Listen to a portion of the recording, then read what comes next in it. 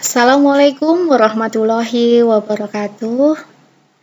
Kita jumpa lagi untuk pembelajaran daring pada hari ini, itu adalah setengah putaran. Kita akan membahas mengenai setengah putaran.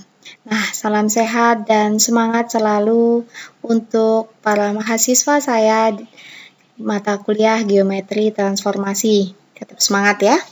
Nah, untuk kali ini kita akan membahas mengenai setengah putaran.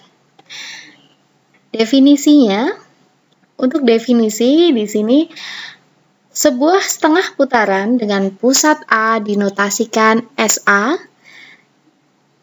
Ya, notasinya bisa kalian perhatikan, S besar, kemudian indeks A. Ini artinya setengah putaran dengan pusat A. Suatu padanan yang didefinisikan untuk setiap titik P pada bidang sebagai berikut. Ada dua ketentuan. Jika P tidak sama dengan A, artinya P tidak sama dengan pusat A, maka SAP-nya sama dengan P aksen, dengan A titik tengah PP aksen. Sedangkan jika P itu adalah sama dengan A, maka SAP sama dengan P itu sendiri, ya, atau sama dengan A, atau sama dengan SAA. Jadi kalian perlu perhatikan tentang definisi setengah putaran ini. Ada dua jenis, dua ketentuan yang perlu kalian perhatikan. Apakah suatu titik tersebut tidak merupakan pusatnya, atau suatu titik tersebut termasuk atau sama dengan titik pusat. Ya, karena ini akan berbeda. Ya, jika dia tidak sama dengan titik pusatnya, maka setengah putaran P terhadap pusat A ini adalah P aksen, dengan posisi A itu berada di tengah-tengah PP aksen. Sedangkan kalau di sini adalah setengah putaran titik P terhadap pusat A ini di saat P sama dengan A, maka SAP-nya ini juga titik P itu sendiri, atau sama dengan A, atau setengah putaran A pusat A. Seperti itu ya untuk definisinya. Setelah kita memantapkan definisinya, maka muncullah adanya suatu teorema. Setengah putaran adalah transformasi. Nah, kalian ingat kembali syarat kapan dikatakan transformasi. Ada 3 syarat yang perlu kalian tunjukkan di sini, yaitu yang pertama, apakah setengah putaran ini ya merupakan fungsi. Kemudian yang kedua, apakah surjektif? Kemudian yang ketiga, apakah injektif? Surjektif, injektif sudah terbukti, ya, berarti pasti bijektif di situ. Nah, di sini, ya, ini gambarannya SA setengah putaran dengan pusat A, P pada bidang, ya, ini tadi di saat P sama dengan A, maka SAP-nya sama dengan P sama dengan A. Sedangkan P tidak sama dengan A, maka SAP-nya P aksen, di mana A titik tengah PP aksen. Dengan gambarannya seperti ini. Ini pusatnya A, sedangkan ini suatu titik P, kemudian letak P aksennya berada di sini. Karena dia A berada di tengah-tengah di antara PP aksen. Artinya, jarak AP dengan jarak AP aksen itu sama. Yang pertama, kita akan menentukan fungsi. Akan dibuktikan SA suatu fungsi A anggota V, di mana setengah putaran ini memetakan V ke V, ambil sebarang R anggota V. R sama dengan R aksen, maka SAR-nya sama dengan R aksen, sama dengan R. Di saat R tidak sama dengan R aksen atau petanya ya, hasil setengah putarannya, maka terdapat RR aksen jika dan hanya jika tepat 1A anggota RR aksen, ya, di mana RA sama dengan AR aksen. Nah, ini bisa kalian perhatikan gambar di sini. Ini maksud dari apa yang sudah dijelaskan di sini. Ya. Jadi kalau misalkan R di sini hasil setengah putarannya itu R aksen sama, maka SAR-nya itu adalah R aksen. Tetapi kalau seandainya suatu titik R tidak sama dengan hasil setengah putarannya, maka definisinya seperti ini. Terdapat RR aksen di mana di sini tepat ada 1A anggota RR aksen. Ada tepat 1A ya berada di RR aksen di mana RA di sini sama dengan AR aksen. Gitu ya. Jadi cukup jelas ya apa yang telah tertulis di sini. Kemudian A titik tengah dari RR aksen. Nih, sesuai gambar. Maka SAR-nya sama dengan R aksen. Akibatnya setiap R anggota V terdapat tepat A anggota V di mana SAR sama dengan R aksen. Jadi SA adalah suatu fungsi. Itu ya. Tuh. Kemudian yang kedua adalah membuktikan surjektif. Apakah SA surjektif? Untuk menunjukkan SA surjektif akan ditunjukkan terdapat P aksen anggota V jika dan hanya jika SAP ya setengah putaran P pusat A sama dengan P aksen. Ambil sebarang P aksen anggota V, P aksen anggota V ya. Jika dan hanya jika P aksen itu sama dengan SAP. Jika P sama dengan A, maka SAA-nya A aksen sama dengan A. A itu sendiri, karena P sama dengan A. Jadi setiap P aksen anggota V, ya terdapat P aksen sama dengan P sama dengan SAP. Jika P tidak sama dengan A, maka A menjadi sumbu luas PP aksen. Berarti SAP sama dengan P aksen. Itu artinya SA surjektif. Kenapa bisa dikatakan surjektif? Karena setiap titik memiliki prapeta masing-masing. Ya. Jadi hasil setengah putarannya ya SAP-nya ini memiliki prapeta masing-masing gitu kan ya. Kemudian untuk injektif di sini ya, kita akan membuktikan apakah ini injektif. Kita perhatikan. Misal yang pertama di sini B1 tidak sama dengan B2. Kasus yang pertama. B1 sama dengan B2 sama dengan A. Untuk B1 ya sama dengan A, maka SAB1 ya sama dengan B1 itu sendiri atau dikatakan B1 aksen. Untuk B2 sama dengan A ya, sama dengan A, maka SAB2-nya sama dengan B2, sama dengan B2 aksen. Sehingga dari pertama dan kedua diambil kesimpulan bahwa di sini jika B1 sama dengan B2 sama dengan A, maka diperoleh SAB1 juga sama dengan SAB2. Jadi satu-satu fungsinya seperti itu ya. Untuk kasus yang pertama jika B1 sama dengan B2 sama dengan A. Selanjutnya, kasus yang kedua itu adalah jika B1 tidak sama dengan B2 dan tidak sama dengan A. Nah, di sini bagaimana kita membuktikannya? Ambil sebarang B1, B2 anggota V dengan B1 tidak sama dengan B2. B1 tidak sama dengan A, B2 tidak sama dengan A, B1, B2, A tidak segaris. Sehingga SAB1 sama dengan B1 aksen, SAB2 sama dengan B2 aksen. Andaikan SAB1 itu sama dengan SAB2, karena SAB1 sama dengan SAB2, maka B1 aksen sama dengan SAB1, sama dengan SAB2, sama dengan B2, sehingga diperoleh B1 sama dengan B2 dan B1 sama dengan B2. Nah, menurut teorema, melalui dua titik hanya dapat dibuat satu garis. Ya, ini kontradiksi dengan pernyataan bahwa kita memisalkan ini tadi. Kita kontradiksi dengan ini. B1 tidak sama dengan B2. Maka pengandaian B1 tidak sama dengan B2, ya. Pengandaiannya salah, tidak benar gitu ya. Maka SAB1 sama dengan SAB2 tidak benar, sehingga yang benar adalah di saat B1 tidak sama dengan B2, maka SAB1 tidak sama dengan SAB2, sehingga fungsinya 1 juga. Sehingga terbukti bahwa SA itu injektif.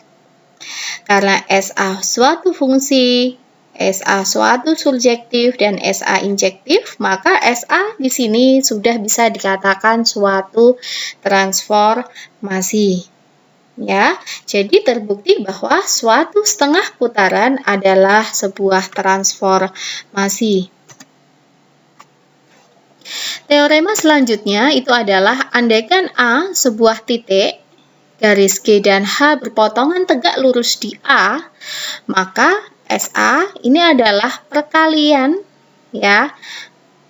Ingat kembali, M itu apa? Ya, pencerminan ya. Jadi hasil kali dua pencerminan. Ya, hasil kali pencerminan di sini. Ingat kembali, setengah putaran itu sama dengan SA sama dengan MG MH. Buktinya seperti apa? Kita perhatikan di sini. Diketahui A sebuah titik, G dan H dua garis tegak lurus yang berpotongan di A. Kasus yang pertama jika P-nya ini suatu titik P tidak sama dengan pusat A.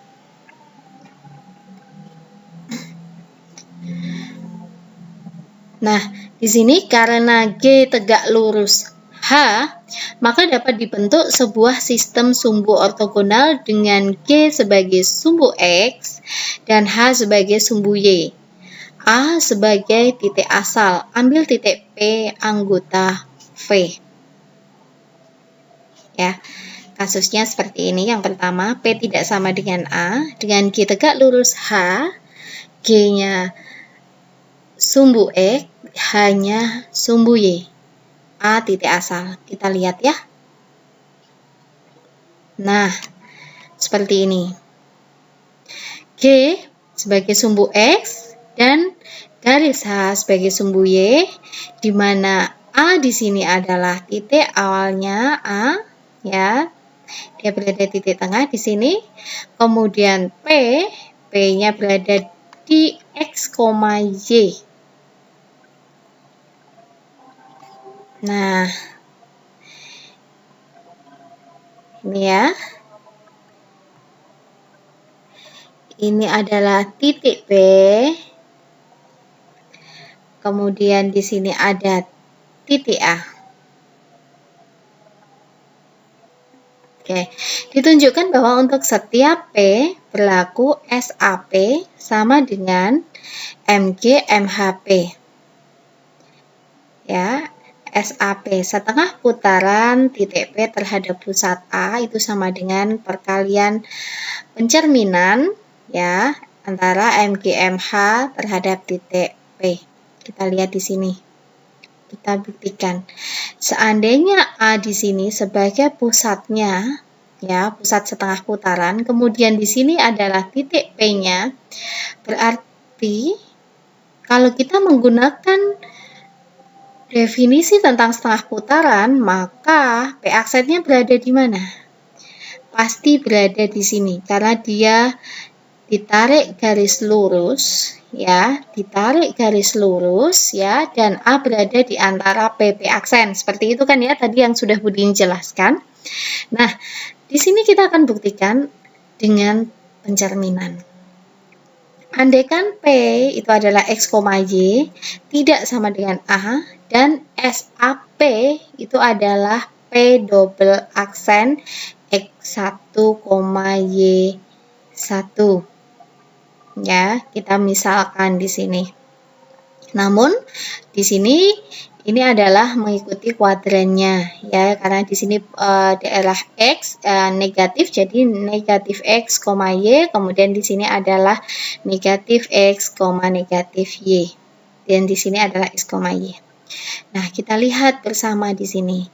Seandainya P di sini, maka yang pertama adalah terhadap H dulu.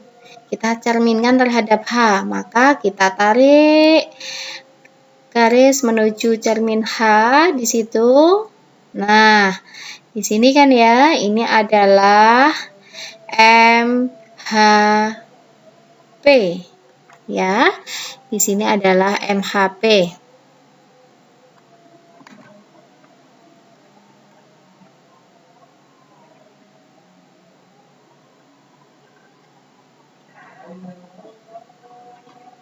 Nah, di sini adalah sama dengan MHP.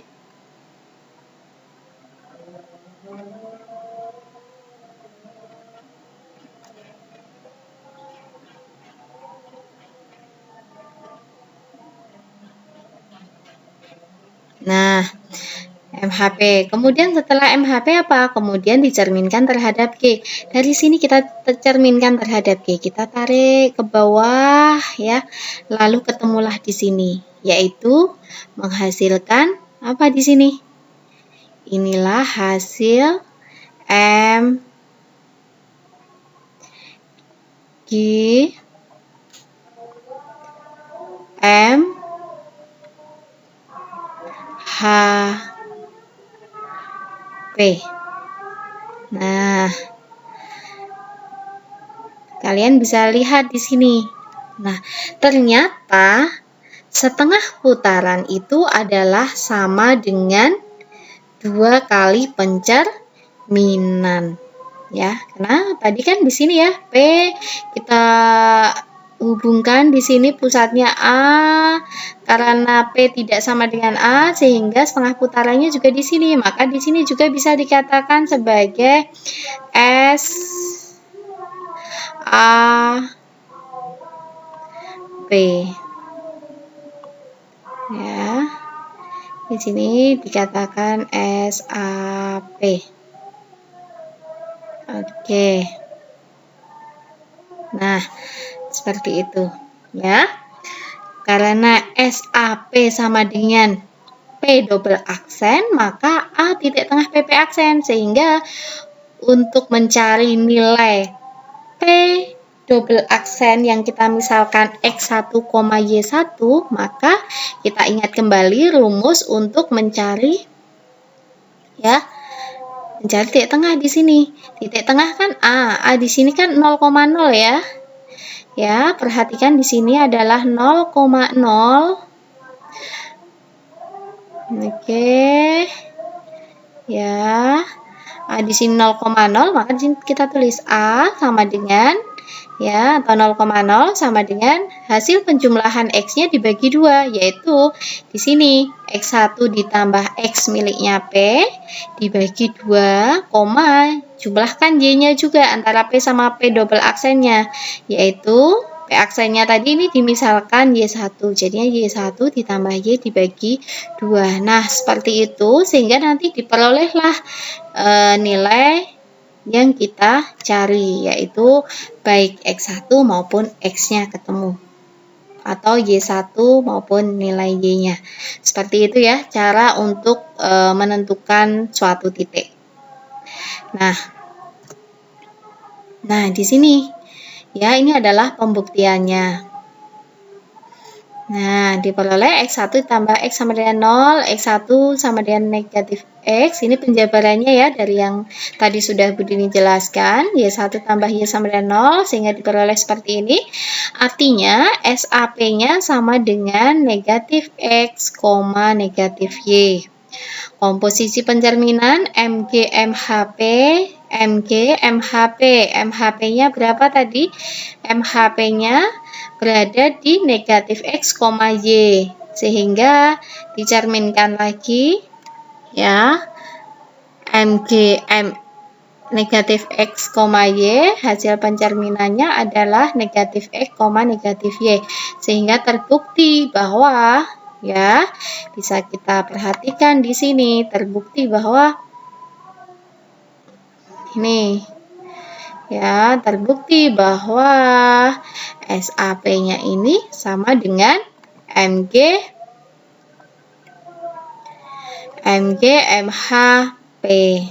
ya. Ini bisa kalian perhatikan SAP-nya sama dengan. Jadi SA sama dengan MG-MH. Setengah putaran sama dengan 2 kali pencerminan. Tuh. Kemudian yang kedua, kasus yang kedua, kalau tadi P tidak sama dengan A, yang kedua adalah jika P sama dengan A. Menurut definisi, SAA itu sama dengan A, MG/MHA sama dengan MGA sama dengan A.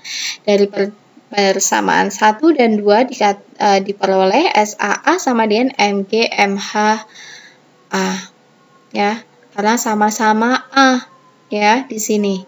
Jadi setengah putaran sama dengan 2 kali pencerminan. Dari kasus yang pertama dan kasus yang kedua bisa kita simpulkan bersama bahwa meskipun di saat P itu sama dengan A atau P itu tidak sama dengan A, terbukti bahwa suatu setengah putaran itu sama dengan 2 kali pencerminan atau hasil kali sebuah pencerminan. Seperti itu ya. Jadi SA sama dengan MGMH.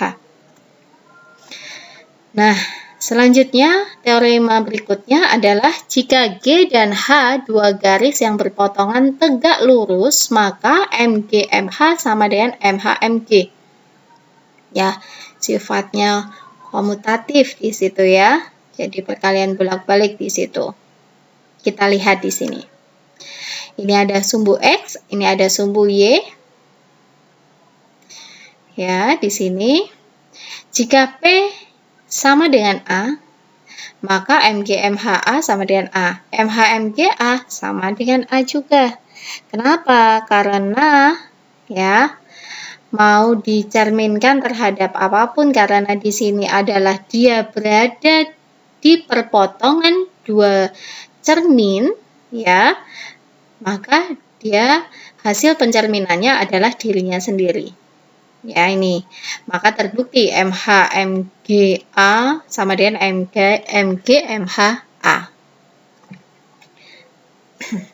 Namun, jika P di sini tidak sama dengan A, ya, misal P di sini adalah X, Y. Ya. Kemudian MGMHP sama dengan MG X, negatif Y sama dengan negatif X, negatif Y. Nah, ini bisa kalian cermati dengan gambar yang sebelumnya tadi. Bisa kalian praktekkan. Nah, ternyata hasilnya itu adalah sama. Sehingga dapat terbukti gitu ya, dapat disimpulkan bahwa MGMHP itu sama dengan MHMGP. Ya. Seperti itu. Nah, ini. Ya, ini kalian sebenarnya bisa praktekkan sendiri di sini. Ya. Misalkan di sini P berada di sini. Ini katakanlah P ya. P. Kemudian P di sini dicerminkan terhadap H. H-nya adalah di sini ya. Ini kita tulis di sini adalah katakanlah P aksen. Kemudian selanjutnya dicerminkan terhadap H. Berarti di sini, kira-kira di sini ya. Di sini, berarti di sini adalah P double aksen. Oke. Nah, selanjutnya seandainya P berada di sini, ini dicerminkan terhadap G dulu. Kita ambil warna yang lain ya. Kita ambil warna yang lain supaya berbeda. Ya, dari P sini kita ambil tahap yang kedua yaitu dicerminkan terhadap G. Ya. Nah, di sini ini adalah P aksen. Ya.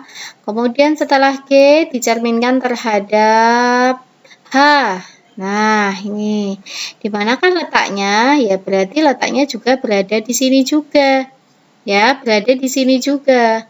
Di P double aksen. Nah, seperti demikian ya.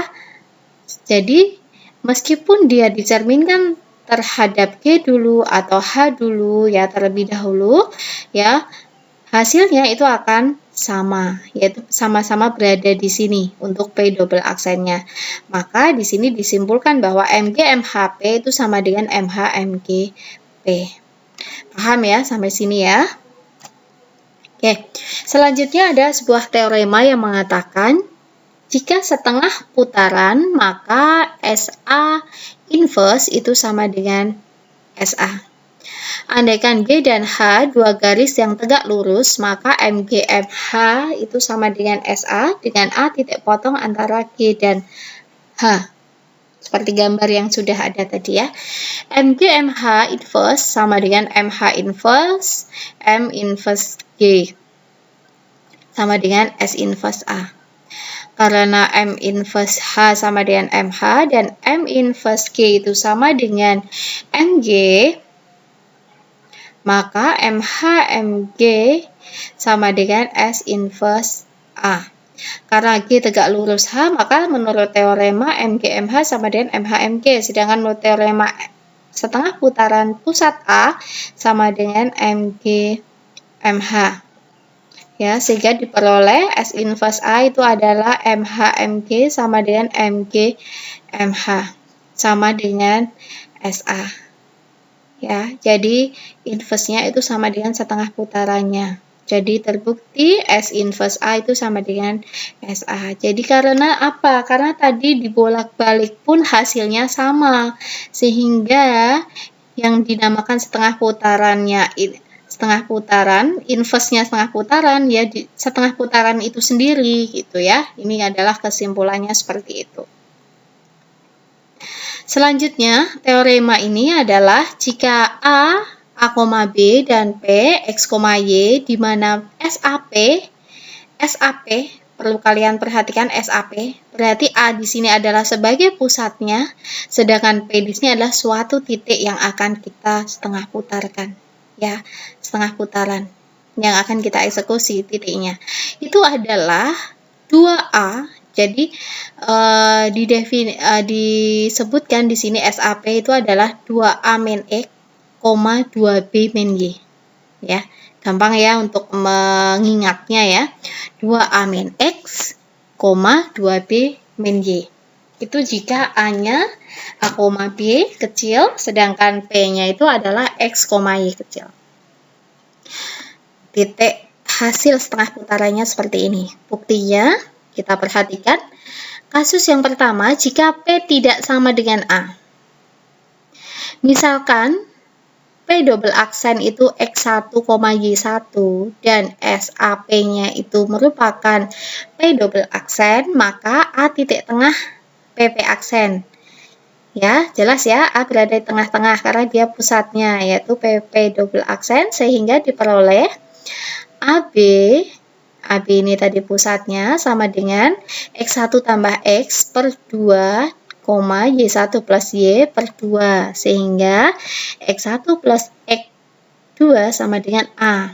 Ya, A ini titik pusatnya tadi, dan Y1 plus Y per 2 sama dengan B, sehingga diperoleh persamaan seperti ini, sehingga diperoleh X1 sama dengan 2A min X, Y1-nya 2B min Y.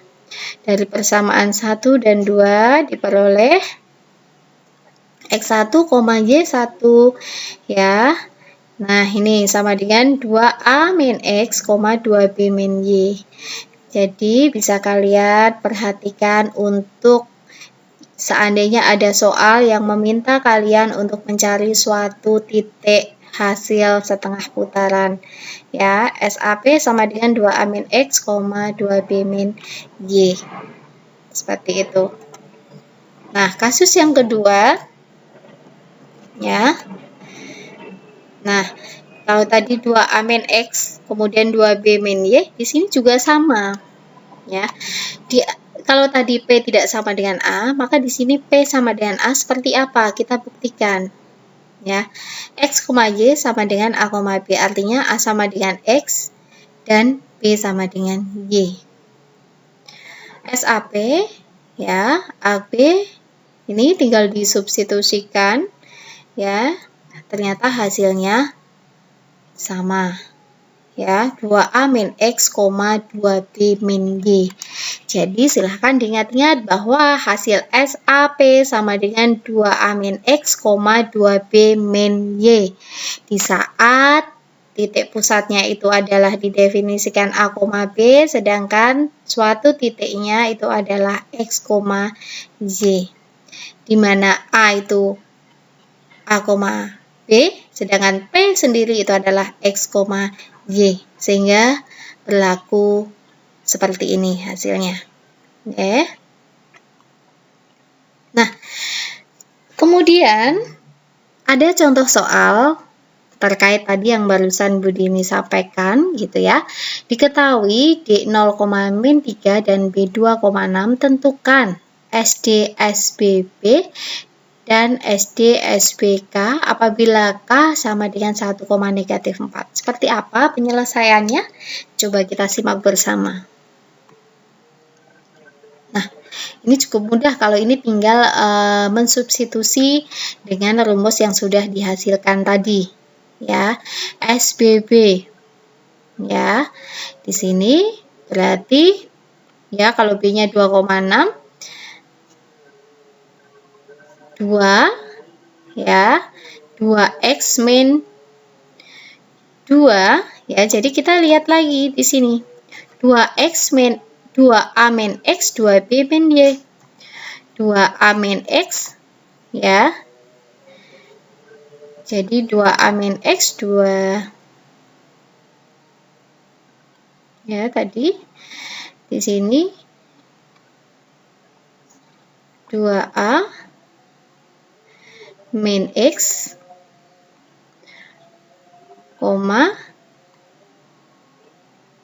2B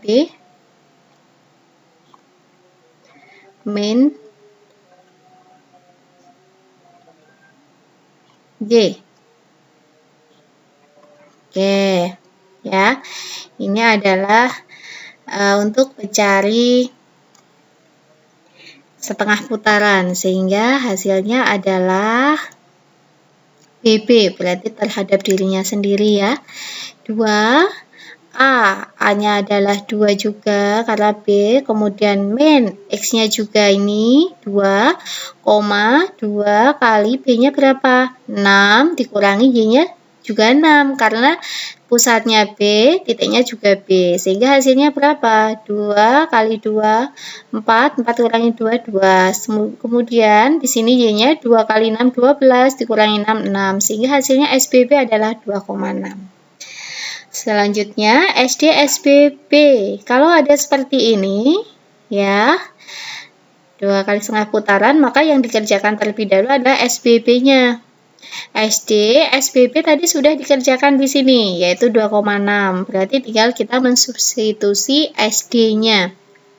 Titik pusatnya adalah D, yaitu 0,-3. Coba kita lihat di sini.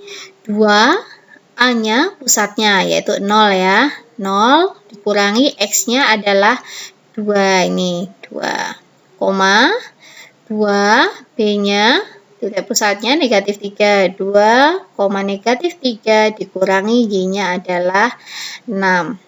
Oke, kita hitung. 2 kali 0, 0, dikurangi 2, -2, 2 kali -6 dikurangi -6, jadinya -12. Oke, sudah ketemu SD SBB. Selanjutnya, jika ada K 1,-4, ya, berapakah SD SBK gitu kan tadi ya, maka kita cari dulu SBK-nya. SBK sama dengan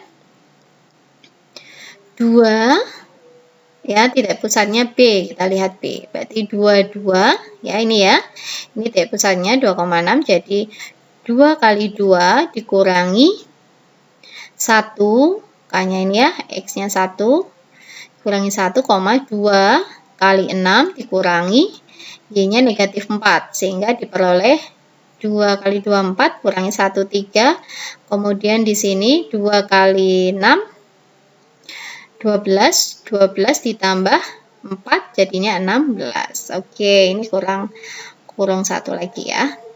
Nah, selanjutnya, Kalau sudah ketemu 3,16, baru kita hitung SD SBK. SD, maaf ini harusnya indeks ya, D-nya di bawah saja. Nah, SD 3,16, sehingga di sini kita perhatikan D-nya.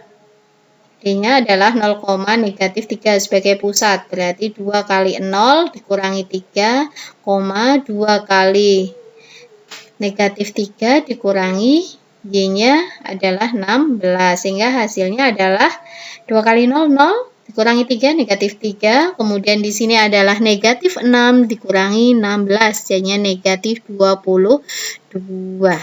Nah, demikian penjelasan tentang contoh soal ya, contoh soal mengenai aplikasi soal terhadap pembuktian tadi ya. Rumusan setengah putaran jika diketahui suatu titik dan suatu titik pusat. Nah, sampai di sini ya, semoga penjelasan yang sudah Bu Dini sampaikan bisa memudahkan kalian dalam memahami konsep tentang setengah putaran. Selamat belajar, selamat memahami apa yang sudah Bu Dini sampaikan. Semoga sukses semuanya, tetap sehat, tetap semangat. Saya akhiri, wassalamualaikum warahmatullahi wabarakatuh.